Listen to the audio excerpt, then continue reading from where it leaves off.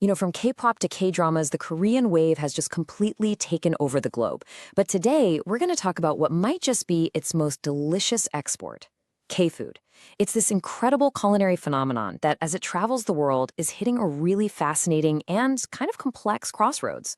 So let's get into what that really means. And it all starts with something that looks a little like this. In the US, there's this viral trend from a Korean restaurant where you literally get a bag of cabbage and spices and you shake it up right there at your table to make instant fresh kimchi. It's so fun, it's super interactive, and of course, it's perfect for Instagram. This right here is the new face of K-food abroad. It's dynamic, it's exciting, and it is wildly popular. And that really brings us to the heart of how people see it right now. Think about it. Unlike some other cuisines that have been on the global scene for decades, K-food has carved out this very specific identity for itself in the 21st century. And the two words you just hear again and again and again are trendy and addictive. Okay, so how does this trendy, super addictive food fit into the bigger picture? For years, when people in the West thought of Asian food, it was usually Chinese or Japanese. But now, Hanshik, that's the Korean word for their cuisine, has totally burst onto the scene and made its way right to the front, especially with the younger crowd. What's so interesting is just how distinct these identities are. If you look at the US market, Chinese food is often that go-to for something casual, affordable, perfect for delivery. Japanese food, especially sushi, is seen as healthy, very clean, but it can sometimes feel a little niche, maybe even intimidating for newcomers. But K-food?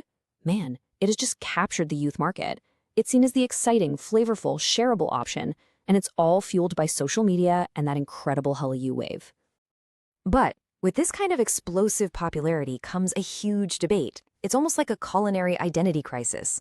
See, as Korean food travels, it changes, and that forces us to ask a really tough question. What is real Korean food? And maybe more importantly, does it even matter? If you look at the data, you start to see a really clear pattern. Dishes like bulgogi, galbi, and bibimbap, they're consistently the most popular among foreigners. Doesn't matter what continent you're on. These are what we'd call the gateway dishes, right? They're approachable, they're not too spicy, they've got that signature sweet and savory flavor. But because they're the first thing people try, they're also the first things that get changed. And this really gets to the heart of the conflict. On one side, you have the purists, like a food critic from the LA Times, who argue that you have to understand the authentic, original dish before you can even begin to appreciate any kind of fusion or adaptation. But then you have the cold, hard business reality for, say, a restaurant owner in Colombia, where Korean ingredients are almost impossible to find and the local taste is just completely different. For them, survival means you have to adapt. So what does that adaptation actually look like on the plate? Well, a blogger in Colombia described a local Korean spot where the spicy pork dish, 제육볶음, was made with a soy sauce base instead of the spicy gochugaru, just because the locals don't really eat spicy food. The ribs were served without the classic dipping sauce, and the side dishes, the banchan, included things like spring rolls. So is that inauthentic? Maybe, but for that restaurant, it is the only way to keep the doors open. But, this debate, it's not just about ingredients. For a lot of people, especially Koreans living abroad, the whole idea of authenticity is tied to something way deeper. It's about that powerful connection between food, a specific place, and memory. As one writer living in Boston put it so perfectly, the taste of food is inseparable from the atmosphere you eat it in. You could go out and buy all the right ingredients to make tteokbokki, spicy rice cakes, at home, but it's just never going to taste exactly the same as it does when you're all huddled over a street stall on a chilly night in Seoul. And that's the stuff that's really impossible to replicate, isn't it? The experience of sipping a sweet, icy sikye after sweating it out in a jjimjilbang, or that simple magic of getting black bean noodles delivered right to your picnic blanket in a park. Those moments are part of the flavor. They're tied to a place, so authenticity isn't just about the recipe, it's also about the context. Okay, so we have adaptation that's born out of pure necessity, and then we have the unavoidable loss of that cultural context. But now, a much more direct and kind of concerning issue is popping up, one that's basically hijacking the K-food trend for pure profit, and it could really damage its reputation. And to really get what's happening, you need to know this one Korean slang term, jaktung. It means a fake, a counterfeit, a knockoff.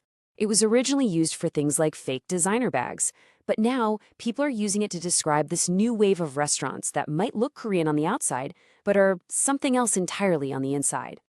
In Paris, for example, there are all these reports about a surge of these Jek Tung restaurants.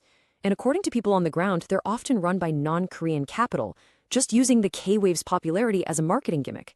They'll have these flashy neon signs with misspelled Korean, serve really strange fusion dishes like a cream jjampong, which is a creamy seafood noodle soup, and they use these super aggressive social media campaigns to become the next hotspot. And the scary part is, for a tourist or local who doesn't know any better, this becomes their first and maybe only impression of what Korean food is. So you've got this really complex mix of adaptation, nostalgia, and now outright imitation. And it raises a pretty critical question. As K-food keeps growing all over the world, how can its cultural identity actually be preserved? I mean, what's the path forward from here? Well, experts and industry groups are starting to propose a multi-step approach.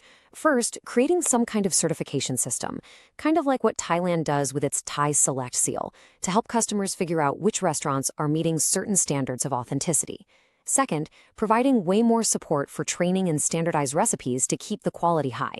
And finally, and this is a big one, strengthening those community networks so that the authentic, often smaller Korean-owned restaurants can actually compete and thrive against these bigger, well-funded operations. So ultimately, K-food is at a real turning point. It's achieved this absolutely incredible global popularity. But that very success has brought on challenges that touch on everything from business and culture to memory and identity. And it leaves us with this one last big question to think about. When a food leaves its home and travels the world, who really gets to decide what it becomes?